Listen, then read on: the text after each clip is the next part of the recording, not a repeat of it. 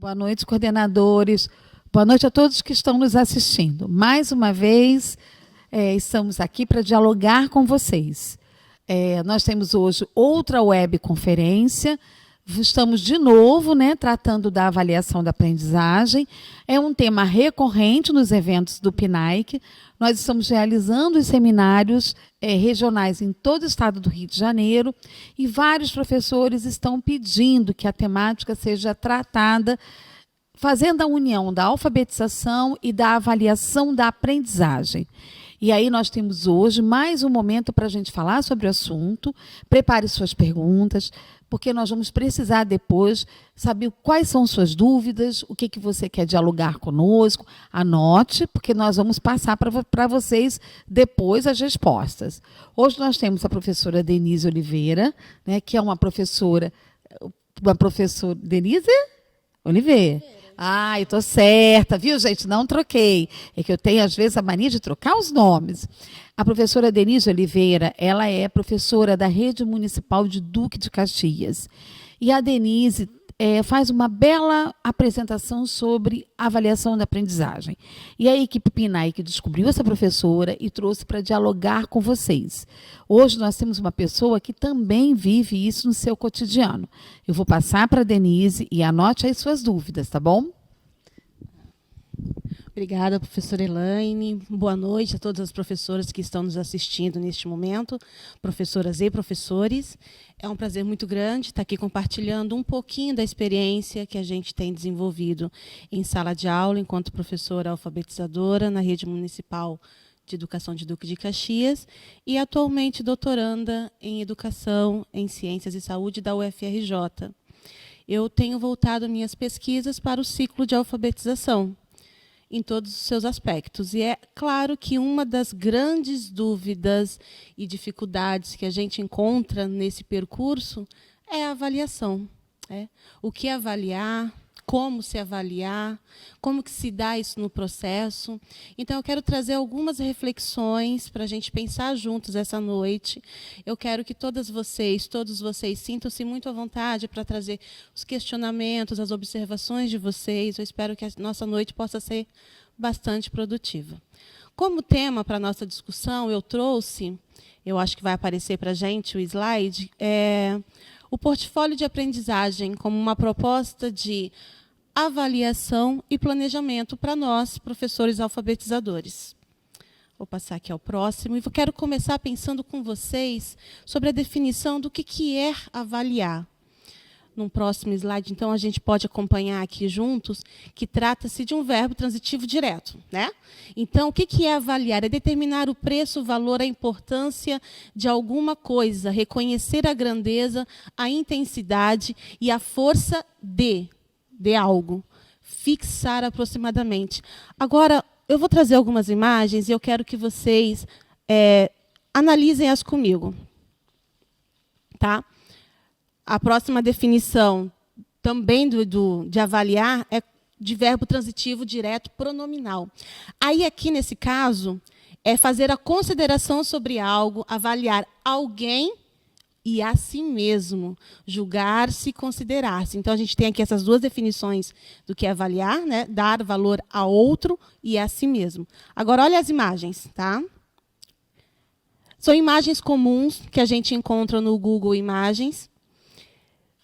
Quando a gente pensa em avaliação em sala de aula, em qualquer contexto que a gente esteja inseridas, no estado do Rio de Janeiro, a gente pode se deparar com cena como essa.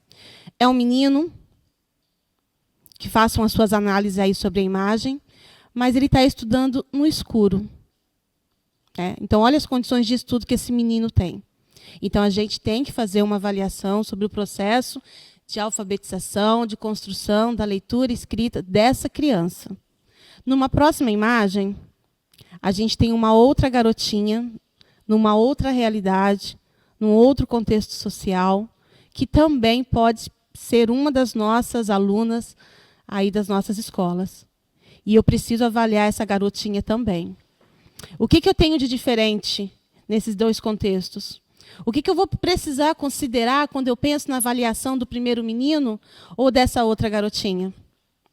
E aqui eu não quero fazer juízo de valor sobre aspectos fenotótipos, né? Eu quero pensar no processo de aprendizagem, nos aspectos que interferem na aprendizagem desse educando, dessa educanda na sala de aula, nas nossas salas de aula. Aqui eu tenho um print de um filme que é Aluno. O nome do filme é Um Aluno, Uma História Inesquecível, alguma coisa assim. E a gente tem aqui um outro contexto de alfabetização, um outro contexto em que a avaliação se faz presente. Então, 3 realidades distintas, e todas elas no mesmo contexto, a alfabetização, e todos eles passarão pelo crivo do olhar do professor alfabetizador. Num outro contexto, já aqui de educação inclusiva, eu vejo um aluno com uma deficiência, que eu imagino que seja intelectual e motora, cognitiva e motora. Então, eu já tenho um outro cenário. Isso aqui é para a gente pensar o quão complexo é pensar a avaliação da aprendizagem. E daqui a pouquinho vocês vão entender onde eu quero chegar em tudo isso. Uma outra realidade também de um vídeo desse garotinho que ele vai para a escola pensando em quê? Em comida.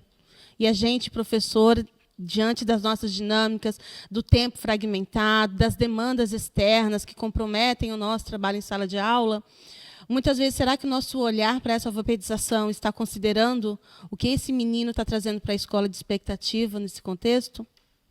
Vamos pensando. Essa outra imagem ela foi polêmica, porque ela é uma menina, vocês podem perceber, loira, dos olhos claros, e ela é moradora de rua e está sem estudar. A pessoa que denunciou, que divulgou o contexto dessa garotinha, era uma mulher negra, né? Então ela se indignou pelo fato de uma menina tão bonita, nas palavras dela, estar fora da escola. Então a gente começa a pensar o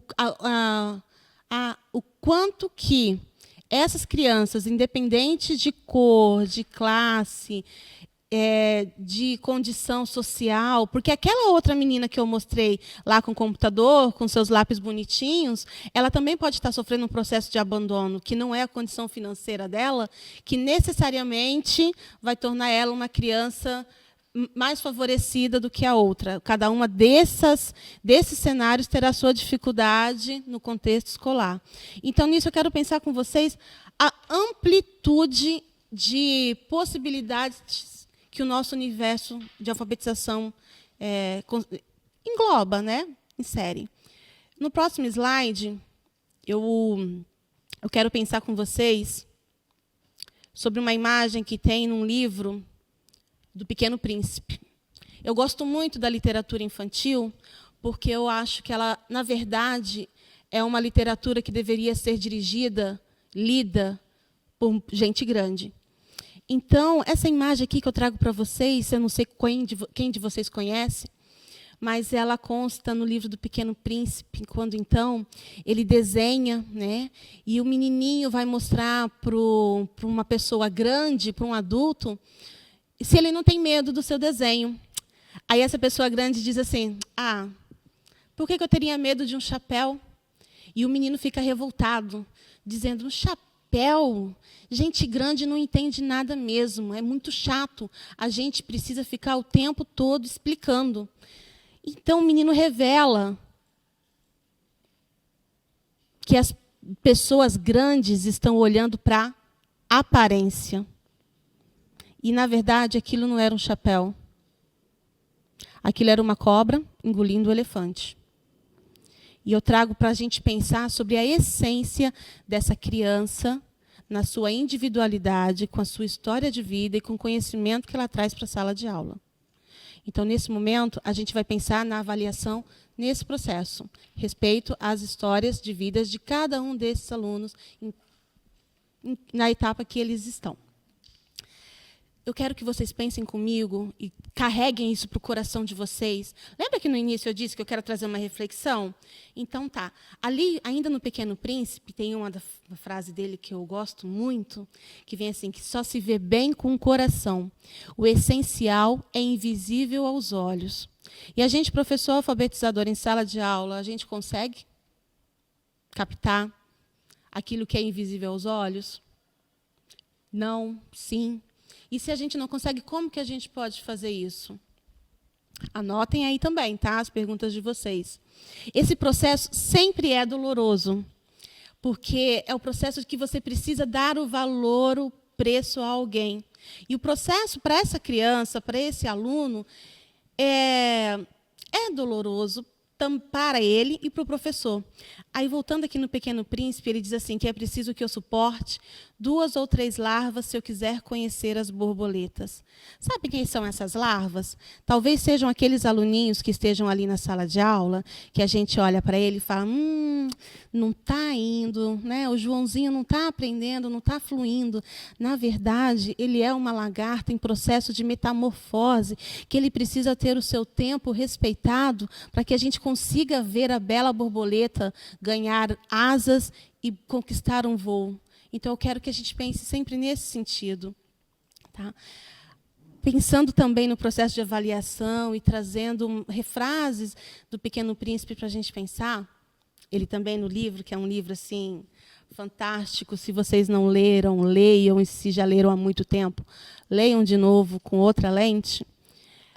Ele vai dizer assim, que é bem mais fácil a gente julgar, bem mais difícil a gente julgar a si mesmo do que os outros. E quando eu penso nesse processo de avaliação, na alfabetização, eu preciso pensar que a avaliação que eu faço do meu aluno reflete a avaliação do meu trabalho. Tá? Então, eu quero pensar com vocês assim, quem avalia o que no processo de aprendizagem da leitura escrita da criança? O que se avalia? Se avalia o final, se avalia o processo, se avalia para identificar os erros ou as possibilidades, os avanços. Eu quero trazer para vocês, então, para a gente pensar que a avaliação é exigir dessa criança, lembrando sempre daquelas imagens que eu trouxe para a reflexão, de que a gente precisa exigir de cada um deles e de nós mesmos aquilo que se pode dar. Muitas vezes, quando se vê avaliações padronizadas, quando se confunde prova com avaliação, que a gente precisa fazer uma distinção de que prova é um instrumento de avaliação e não a avaliação em si, a gente acaba colocando todo mundo no mesmo pacote social, de aprendizagem, de desenvolvimento, de ritmo. Então, a gente precisa respeitar esse tempo, ok? Então, a gente exige o que cada um daqueles alunos podem dar. E isso não significa que eu vou exigir dele menos. Não, eu preciso sempre exigir dele o que ele pode dar, o potencial dele. Lembra lá de Piaget, da zona de desenvolvimento proximal, que a criança que está sempre no processo de que aquilo que ele consegue fazer sozinho e aquilo que ele consegue fazer com a ajuda de outra pessoa, que no nosso caso é o professor? Então, a gente vai sempre pensar nessa construção da leitura e escrita nesse sentido. Bom, vamos lá. Então, a gente vai chegando agora para arrematar algumas considerações. Avaliar no processo do ciclo de alfabetização significa acompanhar o processo de construção do conhecimento, no nosso caso é o conhecimento, a construção da leitura e da escrita. Os registros diários e contínuos, eles são importantes e eles enriquecem o processo de aprendizagem dos alunos, porque a gente vai sempre lembrar que quando se fala de avaliação, se fala de aprendizagem. E quando se fala de aprendizagem, não pode se separar do ensino. Então, é uma tríade que eu gosto de trabalhar sempre, o processo de avaliação, da aprendizagem e do ensino. Quando eu avalio a aprendizagem do meu aluno, eu avalio também o meu percurso e o que eu tenho feito nesse caminhar. A gente valoriza que todas as etapas nesse processo, elas são importantes e devem ser valorizadas pelo professor. A avaliação, para a gente, ela precisa ser considerada como um processo dialógico que reflete também o nosso trabalho, sim. E a gente não precisa ter medo disso. Avaliar o nosso trabalho não é um sinal de fraqueza, muito pelo contrário. É um sinal de grandiosidade que eu sei que eu posso identificar na minha prática docente o que eu posso melhorar, sempre. A avaliação é crescimento, é um crescimento recíproco. Volto aqui, então, o que a gente, no próximo slide, é fantástico. Eu trago de novo uma citação do Pequeno Príncipe, quando ele diz assim, que poucas pessoas se ocupam de coisas que não sejam si mesmas. Ora, o que eu quero dizer com isso? Eu avalio tá? Para apontar o que o meu aluno não sabe. Ok.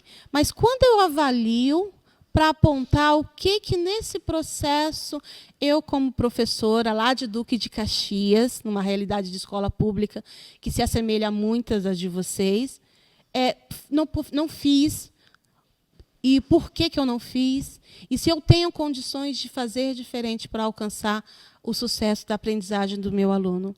Então, eu preciso avaliar também o meu trabalho. E eu gosto demais de pensar nessa perspectiva. No processo de avaliação que leva o meu aluno a duas citações lá de Sócrates e de Nietzsche, que ele diz assim, que é conhecer-te a ti mesmo e para tornar-te quem tu és. Uma das frases também do Pequeno Príncipe, eu não trouxe no slide, mas eu quero falar com vocês. Ele diz assim, a semente é invisível. A semente ela fica lá, dormente. Só que ela só vai germinar no tempo, na estação certa.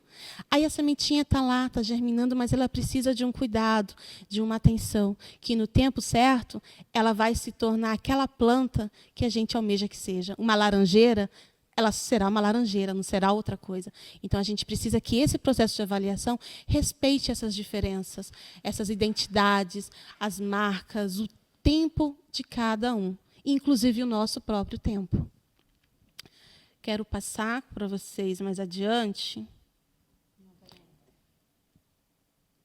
Não está indo, travou aqui. Ah, foi. Isso, foi o próximo slide.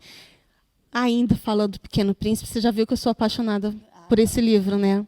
Eu acho que é uma lição de vida que a gente pode pensar da avaliação em muitos aspectos. Muitos aspectos. Porque esse processo de avaliação, a gente está falando aqui do ciclo, mas a vida é feita de um processo de avaliativo. Nós estamos sendo avaliados o tempo todo, né, na nossa prática. E outro dia eu tive a oportunidade de dizer que somos sempre avaliados negativamente. E que a gente precisa romper um pouco desse papel, dessa visão negativa do que é o professor alfabetizador na escola pública, e que é a gente que vai fazer esse processo. Eu disse que a gente precisa falar o que a gente faz, o que a gente tem, o que a gente desenvolve com essas crianças, porque para fazer uma avaliação pejorativa do seu trabalho, professor, terão muitas pessoas. Mas quando você é ciente desse processo, você registra, você documenta as suas ações e você demonstra o processo do início ao final, você pode mostrar ao universo a que você veio. O pai do seu aluno talvez não entenda o seu processo de avaliação, talvez o pai do aluno vá cobrar uma prova escrita, e ele estará no direito dele de cobrar uma prova escrita, porque ele não tem que saber, né, das novidades. A gente que é professor, que tem essa consciência, e a gente que é professor que vai modificar o pensamento desse pai de aluno, dessa mãe, vai trazer ele para o nosso universo de uma avaliação formativa, processual, diagnóstica. Então, é também nossa missão mostrar para o pai como que a gente está avaliando. E eu trago aqui para vocês, logo adiante... Não está indo? Né? Sobre o poder da avaliação. Então, aqui a gente vai falar, vou falar rapidamente sobre o Lucchesi, que ele vem falar sobre as duas funções da avaliação que existem aqui, sobre a avaliação classificatória, aquela que a gente vem tentando combater ao longo do tempo, que é a fazer uma prova para dar um número, um conceito e encaixar a criança numa régua padronizada. Tá? E nisso a gente, infelizmente, acaba estando num sistema que nos conduz para esse tipo de avaliação. Haja vista aí as avaliações externas, né? São as várias provinhas que acabam chegando às nossas mãos. Agora vocês devem estar recebendo a provinha do Mais Alfa, e vocês terão que aplicá-la, porque é algo que vem de cima para baixo. Mas eu quero perguntar para você, o que você vai fazer com essa prova depois? Você vai colocar o seu aluno numa caixinha, vai botar ele de 0 a 10, ele é o 5? Ou aquilo você vai usar como um instrumento a seu favor? Porque, às vezes, para a gente em sala de aula, e eu estou no chão da sala de aula, isso é difícil para caramba. A gente acaba lidando, tendo que remar contra a maré. E, em alguns momentos, a gente cansa. Então, a gente precisa de um respiro, de se unir e de usar esses instrumentos que a gente vai questionar, que a gente vai debater, ao nosso favor. Tá? E a gente vai fazer disso o quê? Uma possibilidade de avaliação diagnóstica para resolver, solucionar, aplicar, identificar o que o nosso aluno pode fazer sozinho ou com a nossa mediação. Tá? Então, olhem para essas avaliações dessa maneira, porque senão a gente acaba entrando, professora, num processo de adoecimento, né? Porque a gente não consegue lidar sozinho em sala de aula com essas questões. Então, a gente tem um outro movimento, que não cabe aqui essa discussão, a gente precisaria marcar uma outra web, mas a gente precisa usar esses instrumentos a nosso favor, não para classificar e para rotular o nosso pequeno menino. Vamos lá, eu quero agora falar de Hoffman, de Sarah Hoffman, que ela vem para falar com a gente sobre avaliação formativa. Então, ela diz assim, que o que ela pretende introduzir no texto é uma perspectiva da avaliação como uma das mediações a qual se encorajaria a reorganização do saber, ação, movimento, provocação na tentativa de reciprocidade intelectual entre os elementos da ação educativa, professor e aluno, buscando coordenar seus pontos de vista, trocando ideias e reorganizando. Então, tudo que eu tentei trazer até agora, lá das imagens iniciais, das fotografias da vida real, nessa mistura com a fantasia do livro do Pequeno Príncipe, é mais ou menos essa a essência da Jussara Hoffman, sabe? Que a gente possa pensar na alfabetização como esse processo de mediação entre o que o professor faz, o que o aluno aprende, o que o aluno me ensina. Tá?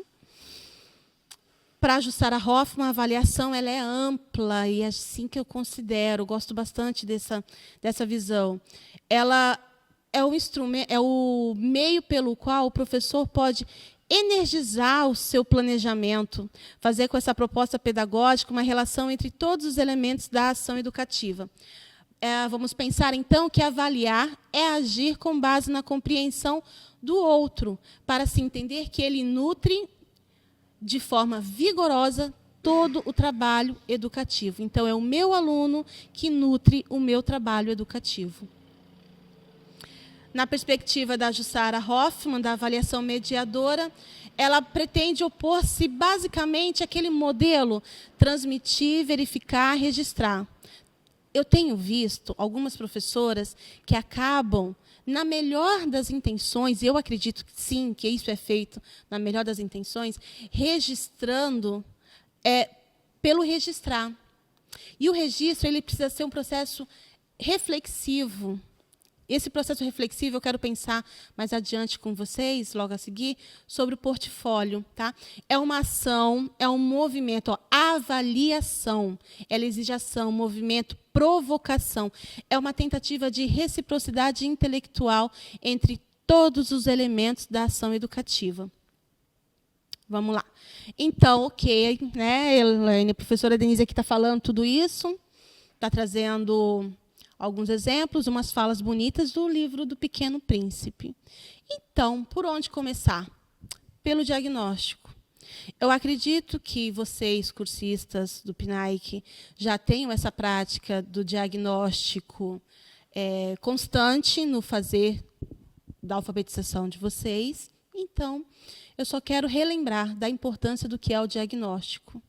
Diagnóstico para saber o que a criança já sabe e identificar as suas dificuldades. É a partir do diagnóstico que nós, professores, planejamos a nossa ação pedagógica. Ok, como avaliar? Tenho falado um pouquinho sobre alfabetização em alguns lugares, né? Quando a gente está no doutorado, a gente acaba participando de alguns eventos. E, surpreendentemente, eu tenho escutado assim, a semana de avaliações da minha escola, quando acontecem as provas. E eu vou compartilhar com vocês uma fala que me intrigou um pouquinho. Eu perguntei assim, mas a semana de avaliações ou a semana de provas? Porque são dois movimentos distintos. Né? Se eu entendo que eu estou numa escola, num processo, que a avaliação ela é processual, ela é composta de vários instrumentos, eu não posso entender que a semana de provas é uma semana de avaliações. Eu gosto de chamar, como em Caxias denomina, como culminância das avaliações. E o que culmina nessas avaliações? Tudo isso. Eu acho que está aparecendo para vocês, são as fotos, os registros, o diário de campo, aquele caderninho, sim, que a gente precisa resgatar e deve, por que não, se isso tiver significado na nossa prática, que eu anoto as considerações sobre o desenvolvimento do meu dia a dia em sala de aula, as atividades diárias, as sistemáticas, o caderno do meu aluno. E tudo isso eu posso construir o quê? O meu tempo está avançado? Está no meu tempo?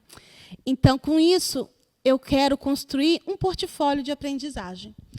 Esse portfólio de aprendizagem, algumas vezes, é visto como algo dificultoso ou mais um trabalho para a nossa prática pedagógica. E não é mais um trabalho na nossa prática pedagógica. É um documento que vem organizar tudo aquilo que você, professor, professora, já tem feito. Uma atividade de escrita, a diagnóstica, uma mensal ou uma bimestral. Aquele momento que eu sento com o meu aluno, que eu registro aqui do meu lado, peço para ele fazer aquela minha lista de palavras, e eu vou acompanhar como ele vai lendo, e eu vou anexando no meu portfólio desenhos, as minhas observações, e eu construo esse material. O que esse material vai me possibilitar? Vai me possibilitar, em alguns sistemas de ensino, a construção de relatórios descritivos. O município onde eu trabalho, por exemplo, é um relatório descritivo bimestral. Então, ter um portfólio de aprendizagem facilita na escrita deste relatório. Em alguns municípios, se utiliza de um relatório que ele é por... Eu esqueci o nome. Ele não é descritivo, né? Tem as alternativas, o professor vai marcando. Mas, se eu tenho esse portfólio, eu tenho essa visão melhor, completa e integral do meu aluno. Porque, se a gente depender só da memória, a nossa memória é falha, né? E eu jamais vou confundir que provas e testes não é avaliação, é um instrumento de avaliação. O portfólio, ele traça os primeiros caminhos e a avaliação e redireciona a caminhada. Vocês terão a dimensão do que é construir um portfólio de aprendizagem para cada um do aluno de vocês ao final de um período, ao final de um semestre, ao final de um ano letivo. Mendes ele vai definir o portfólio na educação como um instrumento que revela as competências significativas para atender às demandas dos momentos presente e futuro, contribuindo para que o professor tome consciência de sua evolução e assuma uma postura proativa frente à construção da sua carreira profissional.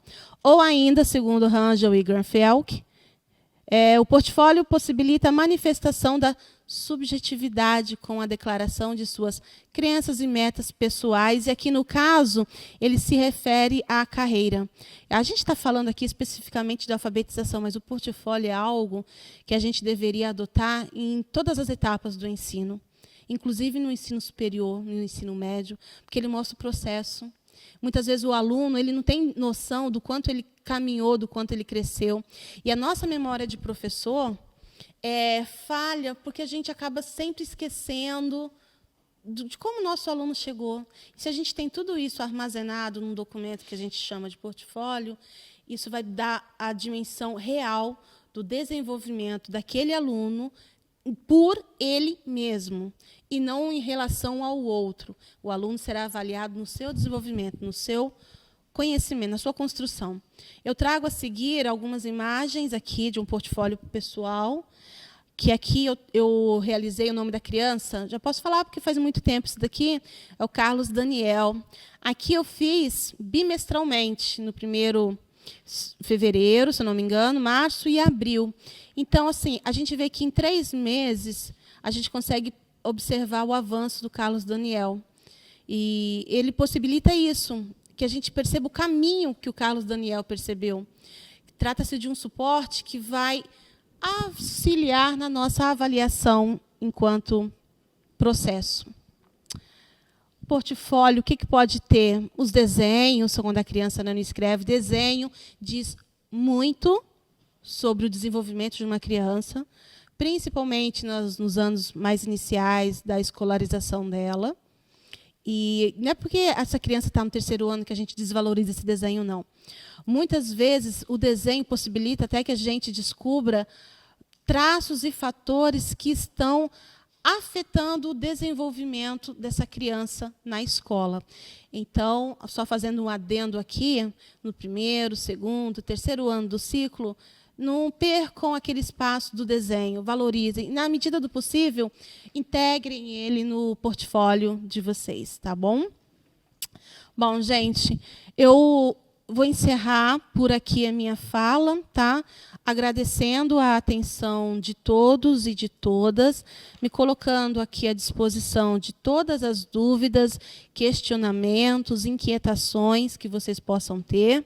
E deixando, por fim, mais uma reflexão, claro, do Pequeno Príncipe, dizendo que nenhuma pessoa grande jamais entenderá que isso possa ter tanta importância. E quem é essa pessoa grande, eu deixo para vocês, tá bom? Ao mais, eu trago a referência de Jussara e passo a palavra para a professora Elaine. Tomar um pouco de água para descansar. Denise, parabéns pela sua apresentação. A Denise mostra o potencial de um instrumento de avaliação muito distinto da prova, né? Que a gente valoriza muito a prova e a gente esquece de instrumentos muito qualitativos, como o portfólio. Como é que a gente olha o processo? Você pode até usar a prova como um dos instrumentos, mas ele não vai te dar toda a noção do processo da criança. Eu gostei muito da ideia que ela trouxe com o Pequeno Príncipe, né, da sementinha que ela é invisível. Né, e como é que ela fica tão... Ela parece tão pequena, ela fica tão imensa, linda, né? Existem vários instrumentos que nós podemos usar na avaliação, que são muito potentes, são especiais e permite olhar melhor a criança, facilitando a aprendizagem, ajudando no processo da criança. E muitas vezes nos prendemos à prova, como se a prova fosse nos ajudar. E o portfólio é isso. E algumas pessoas sempre acham que é difícil fazer um portfólio. Não é, professora. Não é. Você pode usar desde uma pasta, né, feita com papéis, eu acho que vou até pedir para a Denise falar um pouco sobre isso, porque depois eu continuo. Então, como é que é feito esse portfólio? Eu vou ter que gastar dinheiro, não tem, a minha prefeitura não manda. Não precisa gastar dinheiro. Você pode, disponível, baratinho, centavos, um grampo, Romeu e Julieta, com folhas de ofício, você vai, identifica, faz uma página inicial, identifica essa criança, idade, como ela chegou, características de comportamento dela, a primeira observação que você teve sobre ela, e um primeiro registro dessa criança. Pode ser uma atividade diagnóstica de escrita ou, como eu disse, um desenho. Então, você tem ali a sua primeira avaliação dessa criança, que é a avaliação diagnóstica. Em cima dessa avaliação, faça algumas considerações na sua sala de aula, naquele momentinho que a criança está fazendo uma atividade, você anota ali com o cantinho, a caneta. Ok, você tem ali registrado a primeira atividade daquele aluno. Próximo aluno, eu vou fazer esse mesmo processo em sala de aula, uma próxima criança. E assim eu monto dos meus 25 ou 30 crianças, aos poucos. Eu não preciso ter pressa para construir um portfólio. O portfólio ele não precisa ter quantidade de atividades, ele precisa ter qualidade. São atividades significativas. Eu trouxe uma atividade que eu não esperava que ela fosse fazer parte do meu portfólio. Uma atividade, uma folhinha, né? Nossas famosas folhinhas. Mas aquela folhinha, o meu aluno me disse coisas que eu considerei importante. Me surpreendeu positivamente ou negativamente. Ele trouxe ali naquela atividade uma pergunta que eu não esperava. Ok, essa atividade ela pode, então, fazer parte do meu portfólio. Foi uma atividade de aula que eu decidi, pela relevância que ela tem, de que constituísse o meu portfólio. Outras serão planejadas, que são aquelas atividades de escrita que eu posso aqui pensar com vocês bimestralmente, né? Bimestralmente eu sento com essa criança. O ideal é que seja feito individualmente, porque individualmente eu consigo olhar só para essa criança. Aí vocês vão me perguntar assim, Denise, mas em sala de aula tem 25 alunos. Gente, eu sei, essa partezinha pode ser um pouquinho mais complicada. Mas sabe enquanto que os outros alunos fazem uma atividade que eles têm autonomia? Você tira um, senta com você e faz aquela listinha de palavras que a gente começa lá pela polissílaba, a trissílaba, a monossílaba, a dissílaba e a monossílaba, e a gente termina com a frase, e a gente pede para essa criança ler na nossa frente. Não pensem que, só porque você viu a criança escrevendo, que você já pode deduzir como ela está pensando a escrita. Muitas vezes, isso engana. Então, é importante pedir para essa criança ler. Lê aqui para mim. Lê o que você escreveu. Né? Então, peçam isso, façam a marcação da leitura dessa criança, se ela leu uma letra por sílaba, se ela leu 2 letras por sílaba, ou se ela não separou por sílaba, ela fez aquela leitura correndo, né, corrente, mostrando que ela é uma criança pré-silábica. Então, a gente guarda isso no portfólio. O que mais que eu posso ter no portfólio? Uma cartinha que o aluno escreveu para você. Isso é uma atividade de portfólio. Sabe por quê? Porque ela tem significado. É uma atividade que demonstra a autonomia da criança em reconhecer a função social da escrita. Então, isso pode fazer parte do portfólio daquela criança. Tá, ok? Então, eu acho que... Agora sim, se o município de vocês oferece uma pasta, catálogo, maravilha, a gente vai colocar numa pasta catálogo. Se a escola tem um encadernador e vocês podem encadernar, maravilha, a gente encaderna. Mas a gente não precisa ficar preso de que é custoso, que é dificultoso, que é impossível de fazer. Não é. Eu só preciso de algumas folhas de ofício, um grampo borboleta e as atividades do meu aluno e da minha predisposição para entender esse portfólio de aprendizagem como um documento de avaliação. Nós temos algumas perguntas, tá? Vamos lá, peraí. A Angélica de Varriçai diz o seguinte: infelizmente, temos a cultura da avaliação por classificação. Você só entra em concursos, faculdades, etc., por classificação. Como, então, não os classificar se é assim que o sistema exige? Quer responder primeiro essa, depois vocês? Gostei. Essa pergunta é muito frequente, da Angélica. E lembra que eu falei antes que a gente realmente fica nadando contra a maré? E aqui, na minha fala, eu não desmereci a prova. Eu só disse que a prova ela precisa ser usada ao nosso favor. Eu não sei quantos de vocês, eu não sei, Angélica, como foi sua experiência na escolarização, mas muitas pessoas costumam relatar uma experiência ruim com a avaliação, porque a avaliação foi reduzida à prova. Então, aqui com vocês, eu quero ampliar esse conceito de avaliação. A prova está lá, eu concordando com ela ou não. Para ser professor, entrar em qualquer cargo público, eu farei uma prova, mas eu não preciso temer essa prova. Então, quando eu mostro para o meu aluno que aquele papel que eu estou entregando para ele é mais uma avaliação, talvez, Angélica, eu esteja mostrando para ele que a prova não é um bicho de 7 cabeças, que eu vou fazer uma prova e que essa prova não vai definir quem eu sou. Essa prova é só mais um instrumento de avaliação.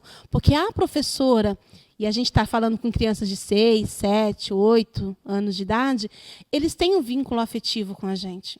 Então, a marca, a lembrança que ela vai levar para a vida sobre o que é avaliação vai estar sendo construído por nós. Enquanto adultos, muitas das percepções, das concepções que a gente tem sobre vários aspectos da sociedade, do mundo, a gente construiu na infância. E um deles, que era o temor, que muitos professores ainda, infelizmente, insistem em fazer, é a prova como aquele momento em que, então agora vocês me aguardem, porque semana que vem é prova. É isso que eu quero do meu aluno? que ele tenha medo da prova, que ele veja a prova como uma punição, sabe? Então, assim, quando eu penso que a prova está lá, que eu vou usar a prova ao meu favor e ao favor deste aluno, eu estou mostrando para ele que ele não precisa ter medo, que não é nenhum bicho-papão, que ele vai poder fazer na vida dele quantas provas ele quiser, sem problema nenhum, que é só mais uma. Não vai ter aquele desespero de véspera de Enem, né, o jornal se tem audiência máxima, né, como fazer para se sair bem nas vésperas do Enem, porque essa geração ainda foi ensinada a fazer prova, e muito mal ensinada a fazer a prova. Então, a gente precisa mudar essa visão do que é a prova. Tá? E eu acho que é isso. Desmistificar de que prova é a avaliação, toda avaliação.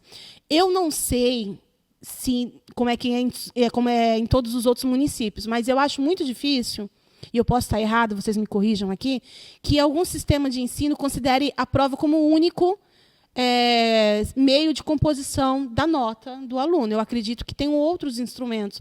Mas a gente, na nossa prática, na nossa boa vontade, a gente reduz a prova como a avaliação. Tá? E eu acho que tem outros elementos que compõem essa avaliação. E eu espero ter contribuído um pouquinho. Acabou, não. A Paula Brandão, ela diz o seguinte: sempre faço portfólio da sondagem da hipótese descrita dos meus alunos em turmas de alfabetização. Facilita muito a avaliação do professor em relação ao desenvolvimento do processo de aquisição da leitura e da escrita dos alunos. Ela faz mais uma afirmativa legal, né? A Ana Cláudia Torraca diz: professora Denise, parabéns pela participação. Poderia falar um pouco sobre a participação dos alunos na construção do portfólio? Ótimo. Que aí que realmente adorei a pergunta dela, porque eu falei do professor construindo o portfólio, né? Ele decidindo o que coloca no portfólio. Só que esse portfólio, ele não é do professor, ele é do aluno. Então, o aluno, ele deve saber que existe um documento, que é aquela pastinha, que aquela pasta registra a história de vida escolar dele, e ele pode dizer o que ele quer colocar no seu portfólio. Ele pode escolher também as suas atividades. Porque, lembra que eu falei do valor afetivo e do significado? Essa criança ela precisa ali reconhecer o seu processo. Esse documento, o portfólio, não pode ser aquela pasta que eu vou deixar arquivada no meu armário e vou mostrar para alguma supervisão de vez em nunca. Não. Essa criança precisa ter acesso ao portfólio, ela precisa ver os seus avanços, e quando a gente faz isso, e é uma prática comum na minha rotina, eles se surpreendem, e eu também me surpreendo, porque quando eles olham para a atividade que eles fizeram lá em fevereiro, eles falam assim: eu não escrevi isso, porque agora, lá em setembro, outubro, eles já estão alfabéticos. Então, mostra para ele o processo. Os pais precisam ter acesso ao portfólio. Sabe? O portfólio é o documento de vida dessa criança. Esse documento ele deve ser entregue à criança no final do ano, sabe? Como um registro do processo dele naquele ano.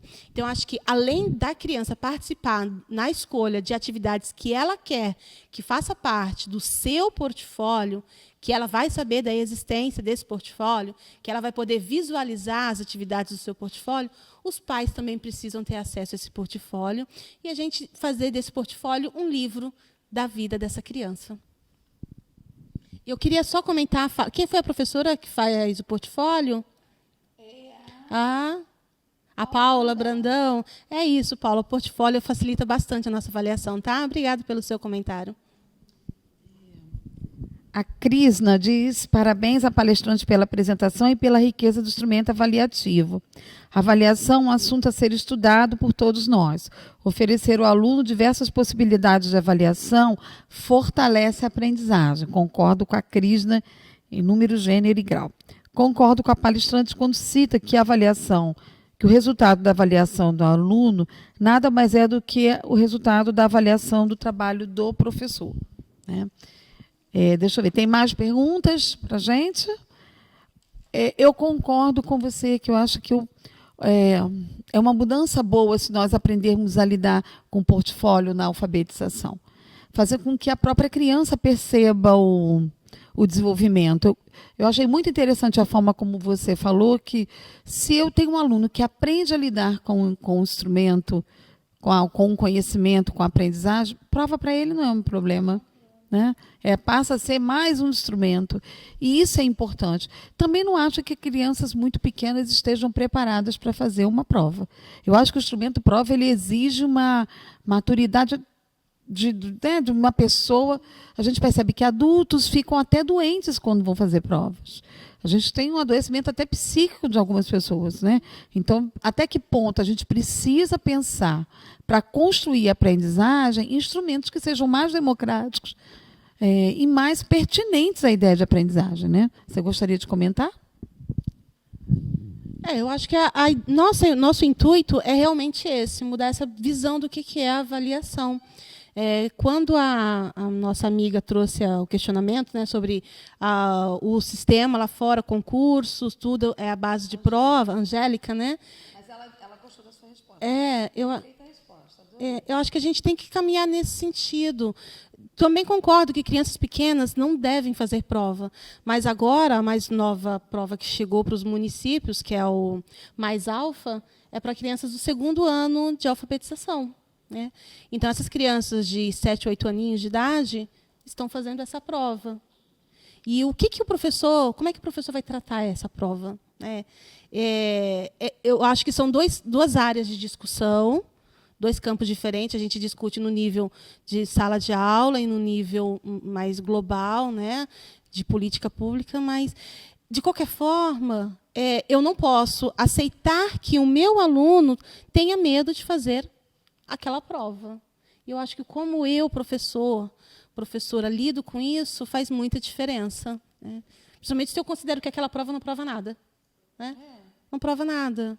Vai provar um número para o governo. Para o meu aluno não prova nada. Para mim não prova nada. É só mais uma atividade que ele está fazendo e eles vão sair de letra, porque quem conhece o professor, quem conhece a realidade é você, não sou eu. Eu posso tentar falar aqui das minhas experiências, das minhas vivências, mas eu nunca vou conseguir alcançar, atingir a essência do trabalho de vocês, que só vocês que estão no chão da realidade de vocês podem falar onde o sapato aperta, né? Porque são vocês que estão calçando. Tem outra aqui, tem uma pergunta boa aqui. Ana Cláudia pergunta: Denise, a avaliação nessa visão precisa de um planejamento também inclusivo. Que atividades permanentes fazem parte de uma sala de aula na sua visão? Que atividades permanentes fazem parte? Pensando aqui no que a gente está falando especificamente para o ciclo de alfabetização, algumas atividades eu considero que são essenciais, tá? Rodas de leitura, sempre. Introduzir o meu aluno no universo da leitura, na leitura literária, na leitura por deleite, na leitura pelo descompromisso de ler para responder qualquer questionamento, porque tem uma autora que eu vou citar aqui, que é a Michelle Petit, ela é da França, ela diz assim, que é impossível que você se interesse pelos problemas do mundo real se você não começa a fantasiar primeiro. Então, eu gosto demais quando ela faz isso, porque é verdade. Olha o exemplo que eu trouxe do Pequeno Príncipe. Eu poderia falar aqui com vocês de Ruth Rocha, de Ana Maria Machado. Eu poderia falar de outros autores que, na sua literatura infantil, abordam questões sociais sérias e complexas, mas numa linguagem de fantasia. Então, a leitura é essencial. Outra atividade que, pensando no universo do professor alfabetizador, são atividades de escrita. E o que eu considero atividades de escrita? Listas, uma atividade significativa. O cabeçalho da escola, reduzido, é uma escrita que é significativa, porque ali eu estou escrevendo o nome da escola, a escrita do nome dos colegas, a lista de alunos, o trabalho com listas, trabalho com textos de memória e textos impressos também, agora já pensando na questão das leituras, de como esse aluno vai estar inserido na prática de leitura. mesmo que esse aluno não leia ainda convencionalmente, ele é um leitor, porque ele está lendo o que acontece ao redor dele, ele tem uma leitura de mundo, ele tem uma leitura de imagem. A gente vive num mundo que cada vez mais é imagético, então as imagens predominam o universo, né? Então a gente precisa disponibilizar essas leituras outras para essa criança. Então, considero essencial leitura pelo professor, uma atividade de escrita do aluno e uma atividade de escrita, de leitura do professor, uma atividade de escrita do aluno e uma atividade de leitura do aluno. Essas eu considero que devem fazer parte do nosso dia a dia alfabetizador. Aí, no mais, são outras que a gente precisa resgatar, que são brincadeiras, os jogos, o lúdico, que, de alguma maneira, a gente precisa intercalar nessa nossa dinâmica frenética do cotidiano escolar e estar sempre priorizando atividades diversificadas, cruzadinhas, adaptadas para o nível de leitura do meu aluno, com banco de palavras, sem banco de palavras. Eu posso trabalhar uma mesma cruzadinha na minha turma, com meus vários níveis de leitura e escrita, adaptando, entregando para um com banco de palavras. Todos sabem, né? Aquela listinha ali embaixo. Quando a criança não sabe, ela vai lá consultar no banquinho. Para os outros que já não têm necessidade, eu tiro esse banco de palavras. Uma atividade de caça-palavras, não tem atividade de leitura mais significativa para uma criança do que um caça-palavras adaptado para o seu nível de escrita. E atividades com parlendas, histórias diversificadas. Enfim, gente, eu acho que é pouco tempo que a gente tem em sala de aula para a diversidade de atividades que a gente deveria e poderia trazer para o nosso cotidiano. Arte, atividades manuais. A gente precisa um pouco, e é um exercício que eu tento fazer, tá? Eu não tenho isso resolvido em mim, tirar um pouco aquela preocupação frenética de que eu preciso ensinar o meu aluno a ler e escrever. Então, todos os dias eu fico naquela loucura, eu preciso ensinar meu aluno a ler e escrever, fazendo atividades que não são produtivas e não fazem com que o meu aluno aprenda a ler e escrever, tá? São aquelas cópias sem significado, palavras fora do contexto em que meu aluno está inserido, simplesmente porque eu preciso ensinar hoje a família do chá, xexi, xoxu, e eu vou colocar ali uma série de palavras que não têm significado para essa criança. Eu acho que isso dificulta. Quer ver? Vou fazer um exercício com vocês. Eu vou perguntar assim se vocês gostam de bracanaúba. Vocês gostam de bracanaúba? Vocês não sabem o que é? Pois é. Se eu perguntar para uma criança o que é uma bracanaúba, ela também vai fazer, o que é isso? Tá? Bracanaúba não existe, não, eu inventei aqui. Só para a gente pensar como que é complicado. Então, olha só, é só para você pensar como é complicado eu chegar para uma criança e falar jabuticaba. Essa criança vai pensar, o que é jabuticaba? O que é? Qual outra palavra difícil que a gente introduz aí? Não? A gente coloca tanta palavra difícil para a criança aprender a ler e escrever, que vocês adultos, aqui no estúdio, né, teve uma reação aqui que eu não esperava. Imagina com criança. Vamos lá. A Patrícia Eichler, ela pergunta, boa noite, professora, como você vê a autoavaliação feita pelas crianças? A Larissa Leão pergunta, como os professores podem trabalhar com erro? Eita, tá ficando séria. E a Giovânia... peraí. A Giovânia, a música pode auxiliar positivamente na alfabetização. Cantar pode vir antes da leitura propriamente dita. Então, é o erro... Volta lá, que eu já esqueci. Peraí, a primeira é autoavaliação. A autoavaliação dos alunos. Tem os instrumentos, isso eu desenvolvi várias vezes, e eu gosto muito. Não só a avaliação do aluno, não só a avaliação dos alunos para o professor, como que a gente precisa perder o medo também de ter a avaliação das famílias para o nosso trabalho. Em um dos slides, eu até não comentei, mas tem uma avaliação que eu fiz com familiares, que eu pedi que não fosse identificado, que eu precisava que fosse sincero, que fosse real. Então, eu precisava saber como é que vocês estão vendo esse processo de alfabetização diferenciado do que vocês estão acostumados. Graças a Deus, né, eu tive um bom retorno. Teve em uma outra dessas avaliações que a mãe falou assim: eu não estava entendendo muito bem, professor, o que você fazia com a minha filha, mas vendo hoje como ela está, eu sei que você fez o melhor. Então, quando você se dispõe, realmente você se abre, entender que a avaliação é todo esse processo complexo, que o familiar está te avaliando, e você precisa saber o que ele está pensando do seu trabalho, isso eu acho que é um avanço fenomenal. Vocês podem pedir que eles façam isso anonimamente e se preparem para as respostas, né? Que muitas vezes não pode ser aquilo que a gente quer, mas se é avaliação, a gente tem que estar aberto para tudo. Com crianças, existem instrumentos que vocês podem procurar na internet, que eles vão pintando a carinha, aqueles smiles, né? Os smiles, que eles vão pintando. Se você gosta, qual a atividade preferida que a professora faz? Aí você pode colocar o desenho do livrinho, do lapisinho e de um brinquedo, né? Se é leitura, escrita ou é brincar. Aí ela vai pintando.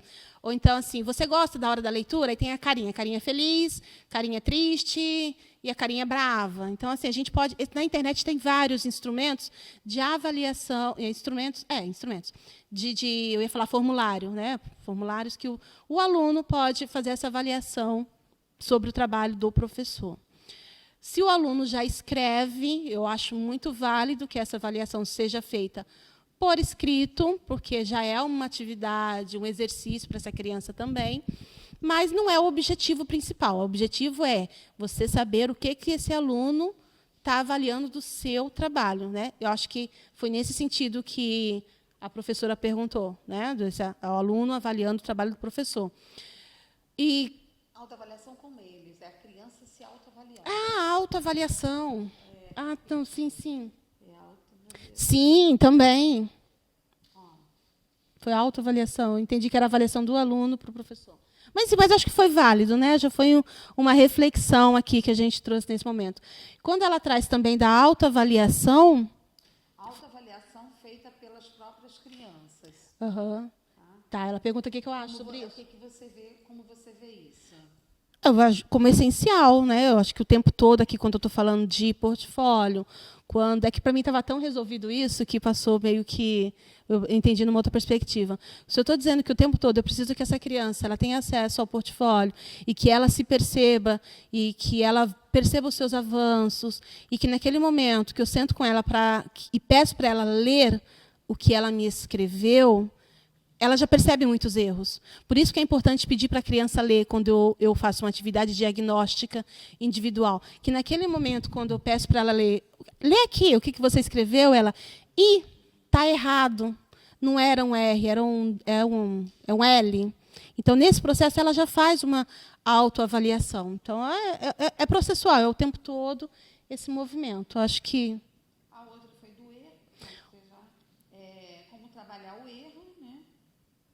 E a outra é a música. O erro eu gosto sempre de ver na questão da recorrência. Se existe naquela turma uma recorrência muito grande de determinado erro dos alunos, é algo que eu trago como um elemento que eu preciso incorporar no meu planejamento, uma dificuldade a ser sanada. O erro na perspectiva de que o aluno percebe o próprio erro, que é na autoavaliação. O erro, na verdade, ele não... Eu tenho medo quando eu falo de erro, porque, na verdade, a gente está falando de crianças que estão em processo de construção. Então, ela está num processo. Ela saiu de um pré-silábico, ela está no silábico alfabético. Se eu vejo que aquela criança silábico-alfabética ela está errando, talvez eu não esteja vendo que ela está em processo. Então, eu acho sempre um pouco complicado essa noção do erro. É até um pouco controversa, não sei, né, muito bem como a gente pode. E a música? Música é um gênero que eu posso fazer antes da literatura, eu posso substituir a literatura. A literatura que a gente está acostumada é essa do livro, né? E aqui eu estou tratando do livro como um suporte textual, mas a literatura oral, que são as cantigas de roda, também é uma tradição oral, é uma literatura, e a gente precisa resgatar essas tradições, cantigas de roda, parlendas e todas essas outras cantigas que já são milenares, e muitas delas já existiam muito antes da existência do livro como suporte textual. Acho que é fantástico. Muito bom. Gostei dessa ideia de que o erro, para nós, nem deveria a palavra existir no nosso vocabulário docente.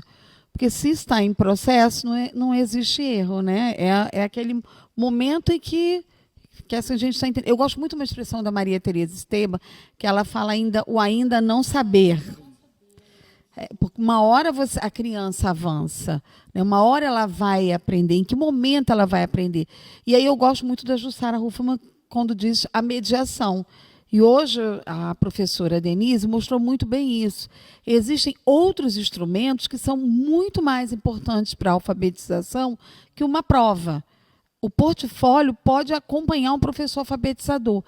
Eu acho que, pensando bem, ele não é trabalhoso, porque o professor já faz as atividades, geralmente na sala de aula e no cotidiano. É uma questão de aprender, inclusive, organizar com as crianças, né? E fazer elas perceber.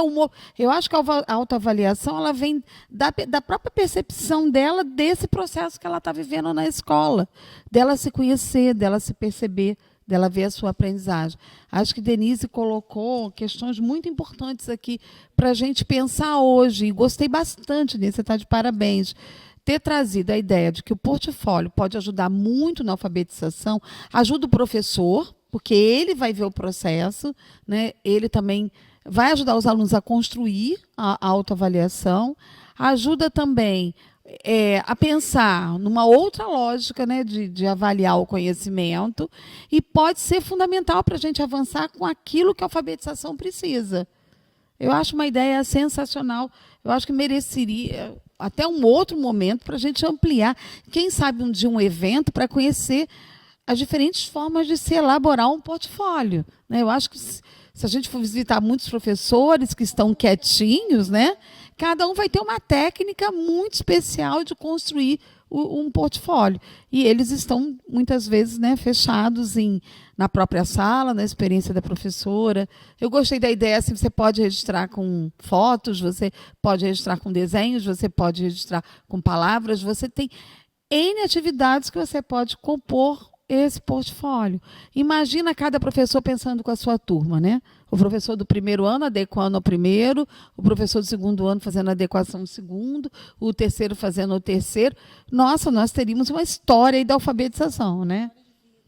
E aí, professor, você tem mais alguma pergunta? Pois é. Agora, a gente tem um problema com o nosso horário, né? Nós vamos ter que agora finalizar a nossa web. E nós vamos... lógico que você vai falar. Nós vamos ter uma outra web, para quem está nos assistindo, muito importante no dia 26 de novembro, que é sobre a pedagogia de projetos. Lembrando que essas são temáticas pedidas pelos professores. Então, no próximo dia 26, nós teremos uma web muito especial, que é a solicitação. Não é dia 26? Dia 28 também tem outra.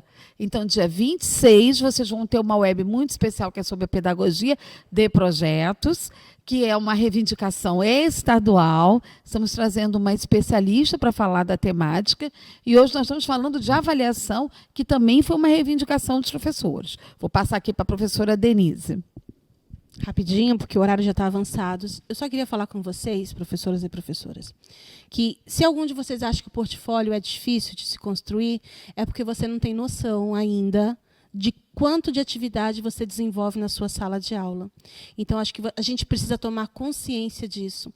Professor alfabetizador desenvolve muitas atividades, só que a gente tem um defeito, e eu quero me incluir nisso. A gente não registra. Tá? Então, o portfólio é a chance de registrar e divulgar o nosso trabalho. A gente tem que divulgar, sim, o que a gente faz. A gente tem que falar, a gente tem que participar de congresso, a gente tem que postar no Facebook da escola, na reunião de pais. Eu preciso mostrar para os meus pais o que é feito, está ali, a história de vida dessa criança. Que essa história seja feita com um final feliz. Tá bom? Um grande beijo, agradeço, professora Elaine. Então, até uma próxima oportunidade. Viu?